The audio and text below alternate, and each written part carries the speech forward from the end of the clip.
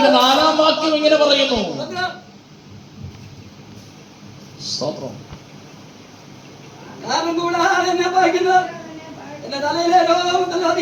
കണ്ടോ, കാരണം കൂടാതെ എന്നെ പകയ്ക്കുന്നവർ എന്റെ തലയിലെ രോമത്തിൽ അധികമാകും. നമ്മളെന്തെങ്കിലും ചെയ്തിട്ടല്ല കേട്ടോ. സ്തോത്രം. ഒന്നും അറിഞ്ഞിട്ടില്ല കാര്യം. ഓ, ഒരു കാരണമില്ല. കാരണം കൂടാതെ നിന്നോട് പോരാടുകയോ. കാരണം എന്താ? നീ ദൈവത്തെ മഹത്വപ്പെടുത്തുന്നത് കൊണ്ട്, നീ ദൈവത്തിന്റെ വചനം കാക്കുന്നത് കൊണ്ട്, നീ ദൈവത്തിന്റെ നാമം ഉയർത്തുന്നത് കൊണ്ട് ഒരു കാരണവുമില്ലാതെ നിന്നെ തകർക്കാൻ നോക്കുകയോ. ഒന്നും രണ്ട് പേരല്ല കേട്ടോ നിനക്ക് എന്റെ ഗൂഢാലോചന ചെയ്യുന്നത്. ഒന്നും രണ്ട് പേരല്ല നിനക്കൊക്കെ ഗൂഢാലോചന ചെയ്യുന്നത്. നിന്നെ തകർത്തനായി വന്നിനെ ഓടിച്ചു കളയാൻ പദ്ധതി ഒരുക്കുന്ന ചില പൈശാചിക പേരുകൾ ഇന്നുകളെ തകർന്നു മാറട്ടെ. ഒരിക്കലും അനുഗ്രഹം പ്രാപിക്കരുതെന്ന് പറഞ്ഞ് വിരോധമായി പോരാടുന്ന ആ വിചാര മന്ത്രവാദ ശക്തികൾ ഇന്നുകളെ അഴിഞ്ഞു മാറട്ടെ. ആത്മാവിൽ കണ്ടാരാധിക്കാൻ ഇന്നുകളെ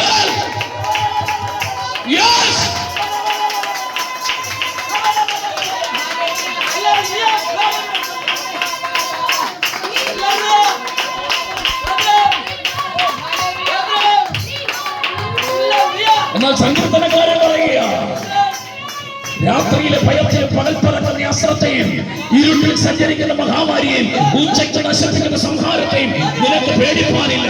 നിന്റെ വശത്ത് 1000 പേരും നിന്റെ വലത്തുവശത്ത് 10,000 പേരും വീഴും. എങ്കിലും എങ്കിലും എങ്കിലും അതും നിന്നോട് അടുത്ത് വരത്തില്ല.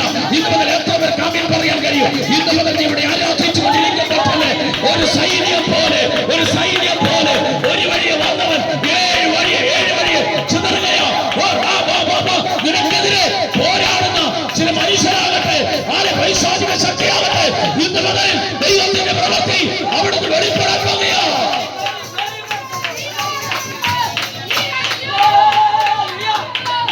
ഓ,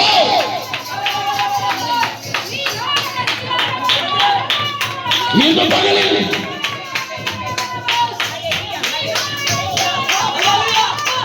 ദൈവത്തിനും അഭിഷേകത്തിന് വിരോധമായി ഭൂമിയിലെ രാജാക്കന്മാർ എഴുന്നേൽക്കുകയും ആദ്യവരികൾ തമ്മിൽ നിനക്കെതിരെ ഗൂഢാലോചന ചെയ്യുമ്പോൾ ഇന്ന് മകൻ ഭയപ്പെടണ്ട, ഭ്രമിച്ചു നോക്കണ്ട.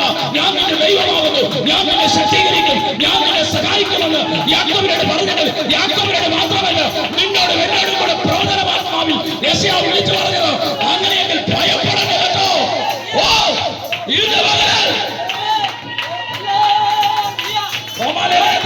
പൗലോസ് പറയുന്നു, പിന്നെയും ഭയപ്പെട്ടതല്ല, ദാസ്യത്തിന്റെ ആത്മാവിനെ അല്ല നിന്റെ മേൽ പകർന്നിരിക്കുന്നത്, അബ്ബാ പിതാവേ എന്ന് വിളിക്കുന്ന പുത്രത്വത്തിന്റെ ആത്മാവിനെ അത്രേ ഇന്ന് മകൻ നിന്റെ മേൽ പകർന്നിരിക്കുന്നത്. പീഡിത്വത്തിന്റെ ആത്മാവിനെ അല്ല, പിശാചിന്റെ ആത്മാവിനെ അല്ല നിന്റെ മേൽ പകർന്നിരിക്കുന്നത്. യേശുവിന്റെ ആത്മാവ്, പവിത്രാത്മാവ്, പരിശുദ്ധാത്മാവ്. ആ പരിശുദ്ധാത്മാവിനെ മറികടക്കുവാൻ ശക്തിക്കും കഴിയത്തില്ല. ഇന്ന് മകൻ ഒരാത്മ ശക്തി ഇന്ന് മകൻ പകരപ്പെടട്ടെ. നിയന്ത്രിക്കുവാൻ കഴിയാത്ത ഒരാത്മശക്തി വെളിപ്പെട്ടു വരട്ടെ.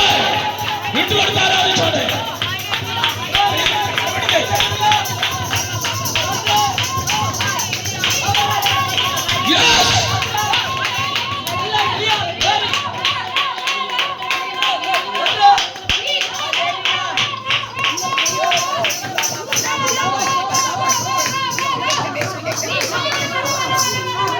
തൊണ്ണൂറ്റൊന്നാം സങ്കീർത്തനം പറയുന്നു, 13 സിംഹത്തിന്മേലും ആണലിന്മേലും നീ ചവിട്ടും, ബാലസിംഹത്തെയും പെരുമ്പാമ്പിനെ നീ ചവിട്ടി മെതിക്കും. സ്തോത്രം ചെയ്യുന്നു. അവൻ എന്നോട് പറ്റിയിരിക്കുക, ഞാൻ അവനെ വിടുവിക്കും. അവൻ എന്റെ നാമത്തെ അറിയാൻ ഞാൻ അവനെ ഉയർത്തും. നീ പേടിക്കേണ്ട കേട്ടോ. നിന്നെ ഉയർത്തുന്ന ഒരു ദൈവം, നിന്നെ അനുഗ്രഹിക്കുന്ന ഒരു ദൈവം, ആത്മികവും ഭൗതികമായി എല്ലാ നിലകളിലും മാനിക്കുന്ന ഒരു ദൈവം നിന്നെ അനുഗ്രഹിക്കാനാ വിളിച്ചിരിക്കുന്നത് കേട്ടോ. ഹല്ലേലൂയ. സ്തോത്രം ചെയ്യുന്നത്. അബ്രഹാമിനെ വിളിച്ചത് എന്തിനാ? അനുഗ്രഹിക്കാനാ. വിശ്വാസത്തിന്റെ പിതാവായ അബ്രഹാമിനെ വിളിച്ചത് അനുഗ്രഹിക്കാനാ. നിന്നെ വിളിച്ചത് അനുഗ്രഹിക്കാനാ.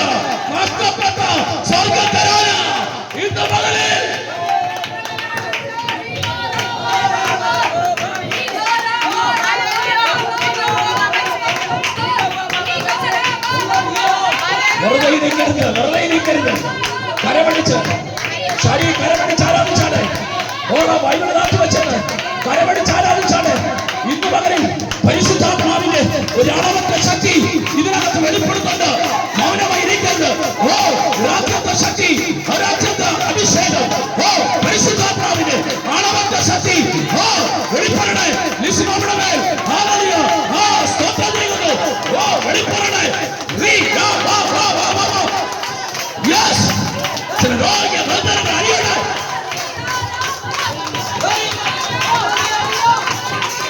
Yes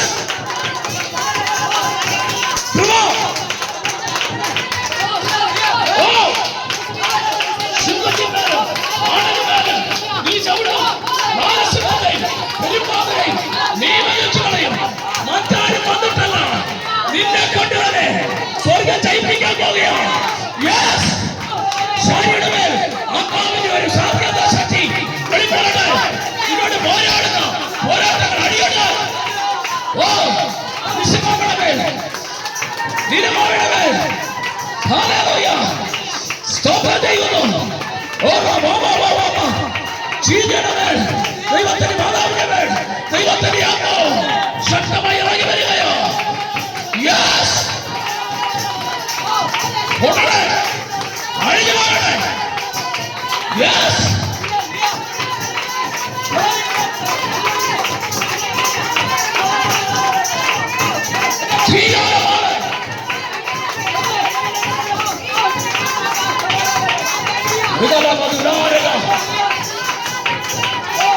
Yes!